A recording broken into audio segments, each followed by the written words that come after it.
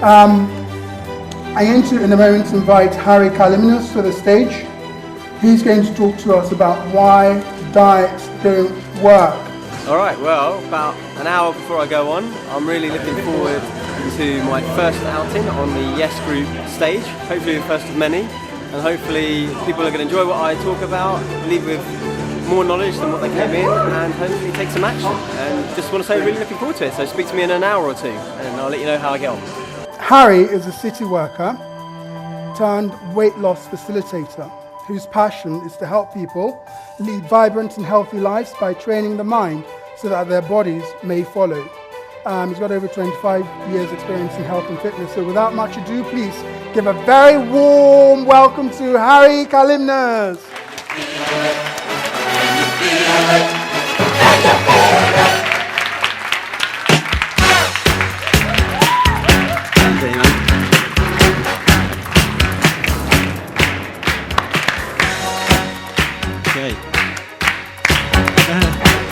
That's it, good. This is 3 minutes of my speech. All right, good evening, YESx Group and guests. Welcome tonight. Thank you so much for taking your time to be here. We've had some great speakers so far, and we've got some more to come, I'm sure. I just want to thank you for taking time out of your Wednesday evening to be with us tonight. And as a reward for your sheer awesomeness for being here, I'm going to share with you a little secret. But before I do that, can I just ask, by show of hands, who here has maybe a bit unhappy with their weight? Perhaps, yeah. Okay, and who here also, by show of hands, has maybe tried dieting before and given up, or tried the gym or exercise and given up? Okay, good. Well, for those of you that have tried a diet and given up halfway through, I think good on you, actually, because truth is, diets don't work. And I'll tell you why in just a second, but just think about that word for a sec. I mean, diets. I mean, what are the first three letters? I mean, they're giving you a clue, you know? And you laugh, but your unconscious mind is processing that word and thinking, well, I don't want to be anywhere near that. And, you know, just while we're on the subject of the unconscious mind, we've heard it before. I mean, I hear often people use the phrase lose weight, and I always encourage my clients to refrain from using that. Now, why? Well, 3 reasons, really. Number 1, it's not specific enough, and your unconscious mind is super specific. And if you ask it, I want to lose weight, it's too vague. I mean, I don't know if any of you guys were here 2 months ago with the Wealth YESx Group seminar, and Marcus de Maria was talking about financial goals, and people wanted more money. You know, give them £1, that's more money. It's not specific enough. And even if you were a little bit more specific and you said, I want to lose 2 kilos, as soon as you start on that road to losing those 2 kilos, you don't want to lose 2 kilos anymore. You want to lose 1.8 or 1.6. And your mind is constantly having to readjust its goals. Number 2 is what we call a moving away from goal instead of a moving towards goal. And I'm sure many of you have come across the concept of moving away from and moving towards goals. And they're both useful in certain contexts and depending on your individual motivation. But what I would suggest is in this context, if you have a moving away from goal, your body and your mind will automatically focus on all the things it has to lose in the process and not the things it has to gain. And just expanding from that, the phrase lose weight, just think about that word loss. I mean, your body is not stupid and it will fight to retain anything. It doesn't want to lose anything. I mean, think about what you would work harder to do. Would you work harder to earn £100 or to stop someone from stealing £100? So you want to keep on to what you've got more than you want to actually attain something. So that's all well and good, but then if we're not going to use lose weight, what do we use? I always encourage my clients to use something along the lines of, I'm going to achieve and maintain my target weight range of 10 to 10.5 stone by 25th of November 2011, for example. And not use things like, you know, I'm trying another diet, I'm trying to lose weight. We all know what that trying instills on us in our unconscious mind. If you're at work and you ask someone to do a report for you and they say, I'll try and get it to you by 4 o'clock, we know it's never going to get to us by 4 o'clock. So avoid using that. So why the weight range? Well, like I said before, your mind is super specific. And if you say, I want to be 10 stone, that's exactly what it's going to think it wants to be. Not 10 stone 2 and not 9 stone 12, but 10 stone exactly. And every time you step on the scales and you see yourself not actually 10 stone, your mind will think it's missed the target, and it'll be yo-yoing about trying to hit that target. If you've got a weight range, you'll always get into that target. And most successful people I know who have kept the weight off have a target in range in mind. And if they see themselves veering towards one side or to the other, then they can correct their course and stabilize in the middle somewhere. So I would encourage you to use that phrase. So, okay, that's a little bit about phrasing. And I said why potentially diets don't work. Now, the reason why diets don't work, in my opinion, is other than the fact that obviously some of them are purely ridiculous in terms of number of calories you're able to consume, or food types that you have to restrict, or they're the latest celebrity fad diet. The number one reason in my mind that diets don't work is purely this, that they're a short-term activity. So consider them like a project. There's a beginning, a middle, and the goal of achieving that project. And when you finish the project, if you haven't made plans for those systems or services, if you're in computing, or for your body to adjust to something, then you'll go back to what you were before, and even worse still. So because it's a short-term activity, your mind will just give up once it's achieved that. And many people have achieved their goals of attaining that target weight. But the goal should not be to attain the target weight. It should be to attain and maintain that target weight. And it always should be. So that your goal is the beginning point of hitting that target weight, and the goal really is to maintain that target weight range, and not just to attain it.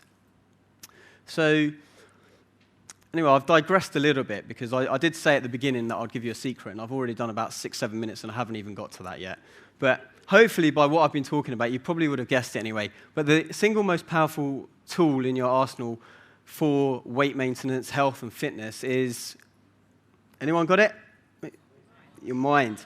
Yes, it's so simple, but it's so often overlooked. And people pay their money to go to the gym membership before they've actually sorted out either their motivation or exact clarity in what they want to achieve. And I truly believe if you train the mind, the body will follow. And that's the way that you should do it. First the mind and then the body. And just following on from that, if you train the mind and the body will follow, then there are certain things that you can do. Now, I haven't got that much time, so in the time that I do have available, I'll give you 3 little pointers on how you can train the mind first. And the first one is to visualize.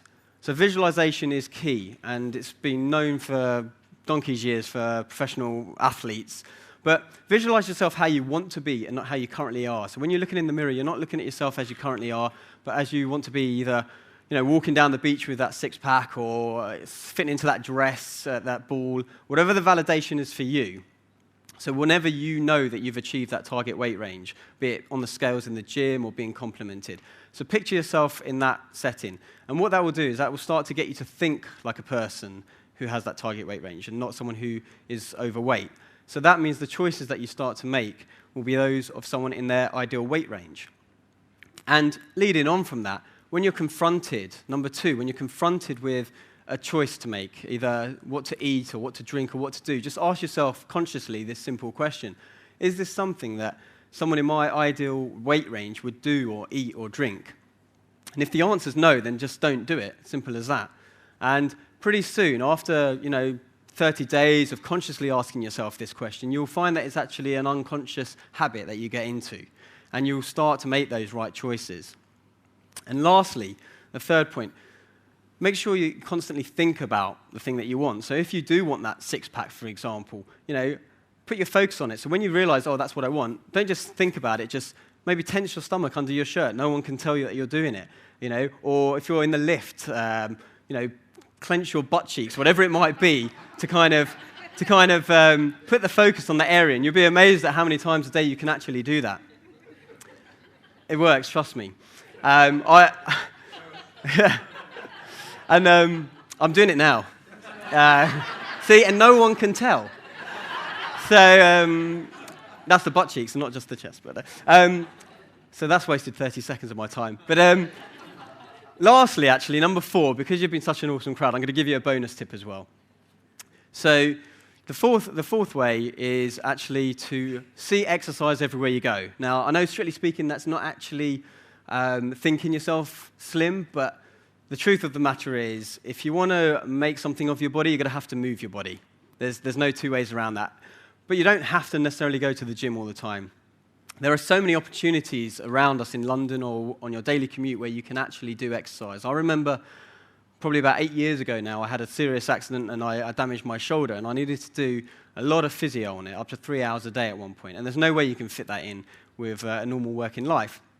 So, I would use opportunities like being on the tube, holding onto the railing, and just stretching the arm out, much to the dismay of my fellow passengers and embarrassment of my friends. But I wasn't bothered by that. I mean, as Stephen Covey mentions, I had the end in mind, and my end was to have a shoulder that could go up to here, not do that sort of thing. So, and now, although it's not perfect, it's a lot better than it was before. Taking every other step at the tube station or at work, you can find. So I challenge you for the next 10 days to find one thing a day, and write it down on your daily commute that you can actually do, and you'll be amazed at the differences that it will make.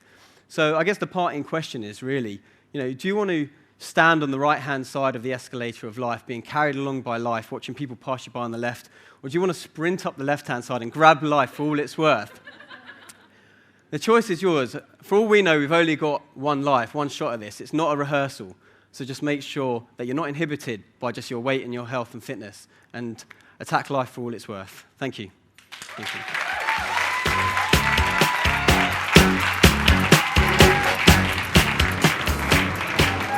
Thank you.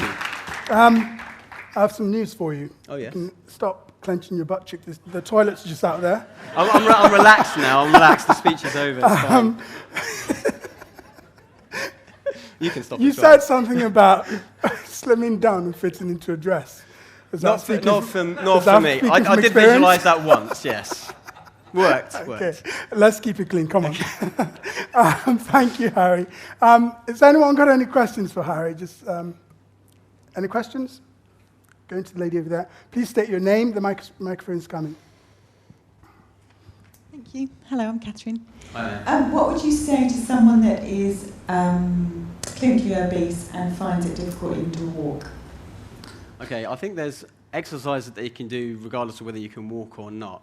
But like I said, it's the mental position that you need to really address. So if that person is clinically obese, I mean, what does that actually mean? Does that mean a doctor has said that they are unable to lose weight, or they have? Actually, I may have meant, yes, morbidly obese. So okay, just walk, can just drive. So they can do something. They can do a few focus. Steps, yeah.